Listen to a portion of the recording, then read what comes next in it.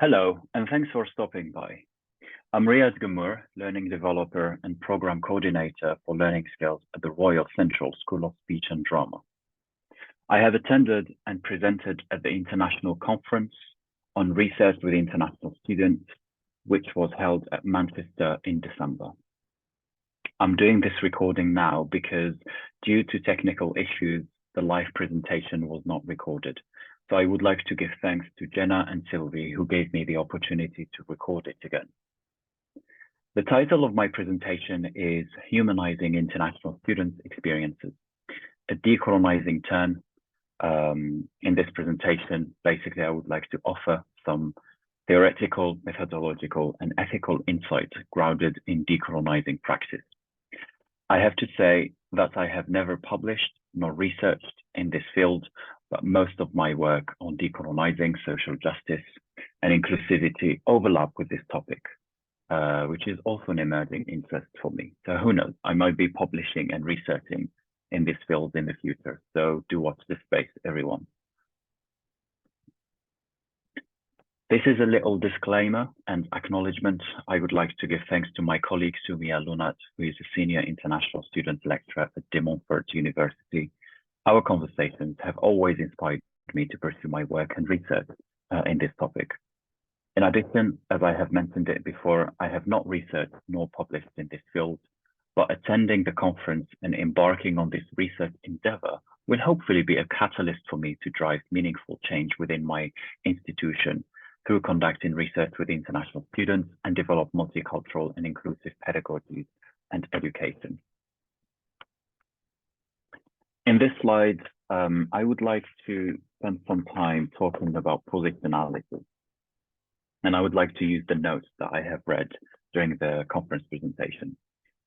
So in this slide, I would like to start off mentioning my positionality in relation to the topic of research with international students. Positionality refers to how our beliefs, our worldviews shape what we do, in this case, what we research. Positionality also refers to what we embody, and I refer here to our social markers and intersectional identities who makes up a human.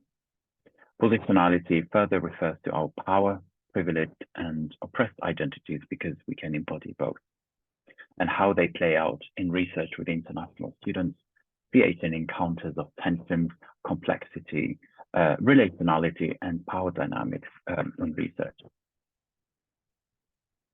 As someone who is from Algeria and who was labeled international student when I was doing my PhD, and also someone who was also labeled and perceived as global south, minority, or even deficient, as per these scholarly statements that you have in front of you.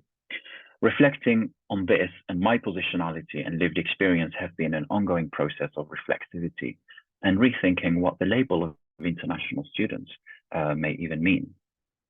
Today, I'm presenting insights and commentaries from a position that doesn't look at international students as an afterthought, but rather as a full human body experience capable of showing agency, self-determination, and transformation, rather than a set of data or numbers that feed the rhetoric of capitalist attitudes of HE sector within the UK.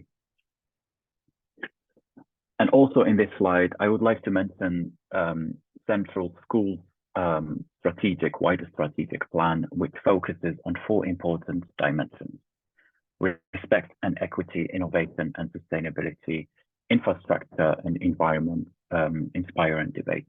And the International Student Aid Agenda is very much part of this strategic plan to alleviate and improve the international student body. And I hope to contribute to this meaningful change within my organization.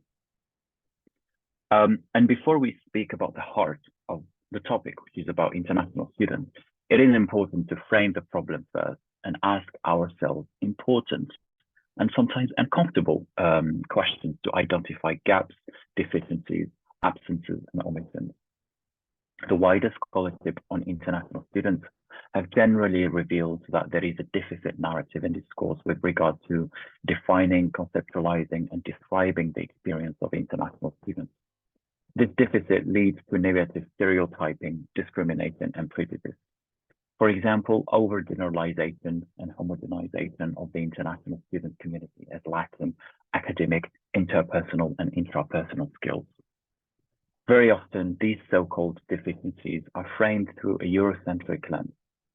So here we are trying to dive deeper in the ideology of education and higher education, which is very often grounded in this concept of coloniality and conceptualizing education, the student body, etc., has been always done through a Euro-American lens at the expense of other ways of, for example, knowing and being within education spaces.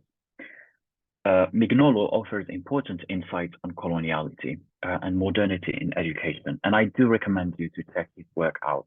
It's worth reading. In the context of research studies as well, very often research trainings and practices are grounded in Eurocentrism and paradigms which favor Euro-American ways of thinking, theorizing, practice, ethics, you name it. Therefore, they have become normalized and institutionalized and challenged. So what do all of this mean in terms of research with international students?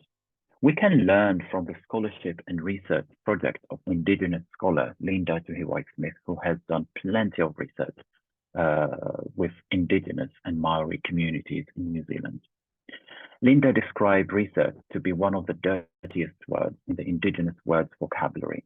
And this was because of centuries of exploitation, harm, cultural loss, appropriation, and violence injected on Indigenous people from Western researchers and anthropologists who basically went through and then left and published the data without working closely with Indigenous communities or take into consideration their own beliefs, worldviews, cultural protocols, and so on. And it left, the Indigenous communities shocked reading some of the publications about the community and so on. If you would like to read more about the work of Professor Smith, please do check her book entitled Decolonising Methodologies, first published in 1999. So as a community of researchers, it is important for us to remember that research is not a neutral nor an innocent academic pursuit. It is indeed ideological and loaded with power dynamics. In fact, as researchers, we have the power and privilege to name, describe, frame, recommend, design, plan, write, and publish. And a lot of our ideas, biases, beliefs, ontological positionings, and worldviews influence and shape our research projects and the participants who are involved in our research projects. So it is essential for us to take a critical lens to unpack issues of power dynamics in research from its inception until its completion and publication. There were key questions which the conference considered, and I have picked 3 to reflect on as they have a link to what I have been discussing so far. I do encourage you to reflect on them too. Although there is no right or wrong answers to these questions, I think it is important to consider interdisciplinary and pluriversal methodologies and approaches to knowledge production which add value to research with international students. And one of the possible ways is decolonizing. We would spend hours and hours and perhaps another conference on decolonizing, but I find this quote interesting and worth discussing. The quote is taken from the article mentioned below the quotation if you would like to read the full article. So the authors explain that theories of decolonization carry undeniable potential to disrupt taken for granted assumptions and perspectives that order the world. And this is important. It's really about challenging and problematizing what we have taken for granted and what we have normalized within our respective institutions and the academy at large. And the project of decolonization, following the quote, has been referred to by Fanon as a program of complete disorder. Tuck and Young assert that decolonization is not a complementary perspective. This is really important to remember as well, but an unsettling one. It's about really asking ourselves uncomfortable questions and really challenging the familiar, really. They point out that it is not merely a strategy of inclusion or an ad, but instead an elsewhere for knowledge production and the imagination. I really like that. It's really about seeking the elsewhere, what exists out there, and what are the potentials that we have out there that we haven't taken into consideration and we haven't included, within our academic discourse and practices, and how we can use that really to reimagine things otherwise. Decolonization is not a methodical checklist, nor a defined endpoint. It is a lifelong process that actively works to dismantle and recreate within and outside of the academy. 100% decolonization is not a one-size-fits-all approach. I think it all depends on our positionality, our identity, and how we perceive this process of decolonization. So it's really important to kind of remember that and use it as a point of departure, and use these definitions, these conceptualizations and framings to kind of apply them within our respective research projects, and how they may play out in shaping our research projects. Again, I do appreciate that the talks around decolonization can be overwhelming, complex, and so on and so forth, but it's really important for us to engage in these conversations meaningfully as well.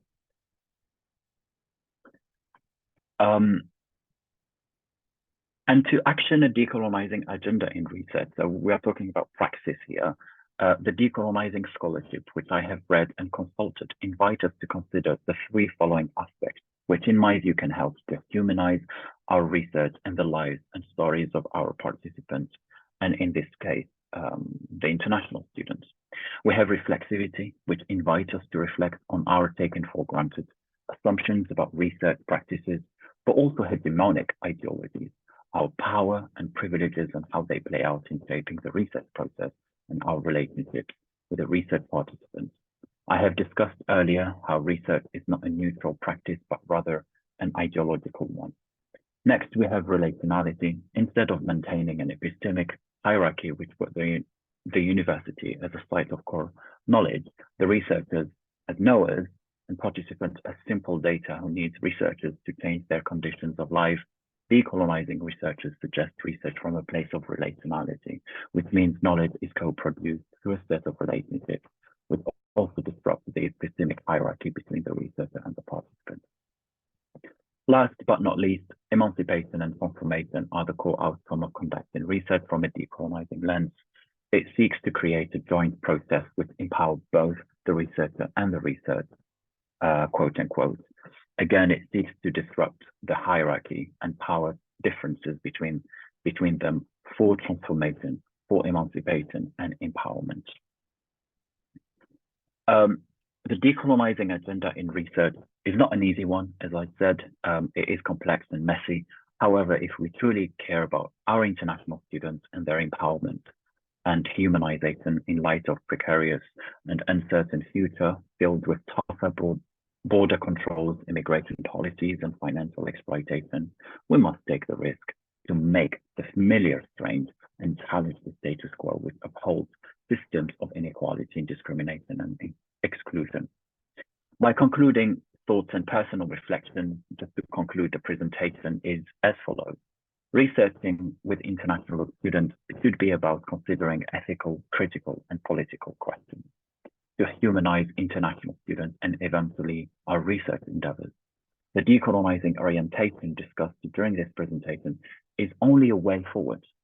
While decolonizing calls for problematizing Eurocentric paradigms and research that kind of dominated the academy, it doesn't mean to reject them, okay? Instead, decolonizing sees any way of knowing and being, including Eurocentrism, as part of this concept of pluriversality rather than aiming for universality. So this is the end of my presentation. I have put some references here if you would like to check them out. If you would like to reach out to me, I've got my contact details, so feel free to do that. Thank you so much for watching, and hopefully catch up very soon. Bye-bye.